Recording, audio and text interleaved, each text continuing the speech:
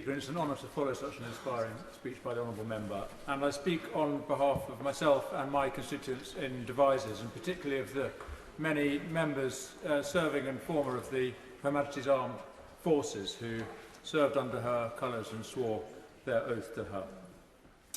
President de Gaulle said that he had a certain idea of France. We have no need of such abstractions. We don't need an idea of the United Kingdom. We have had for 70 years an actual person who represented the best of our country and its character. And others have spoken of the character of the late Queen, and not knowing her, I can't add anything to that. Those primary school visits are an absolute agony. For me, I just go from one classroom to another, disappointing the children that I have not met the Queen.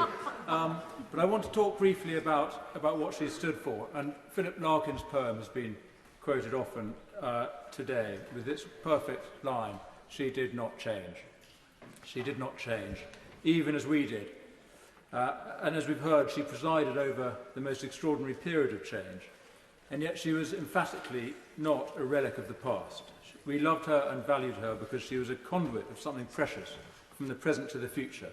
And the member for Birmingham Yardley said earlier that we can find what we want in a Queen, whether a modernist or a traditionalist. And of course we find both in her. And this is the real value of tradition, not because it fossilises the past.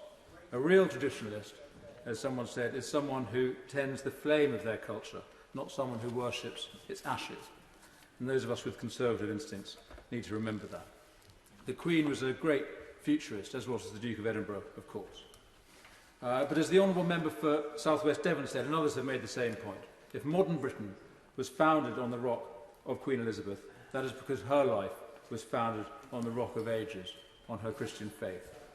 And I read today that as the country became more secular in recent decades, she became more publicly religious. And I think it's worth noting that while she dedicated her long life to the service of the people, she held herself accountable not to us, but to a higher power.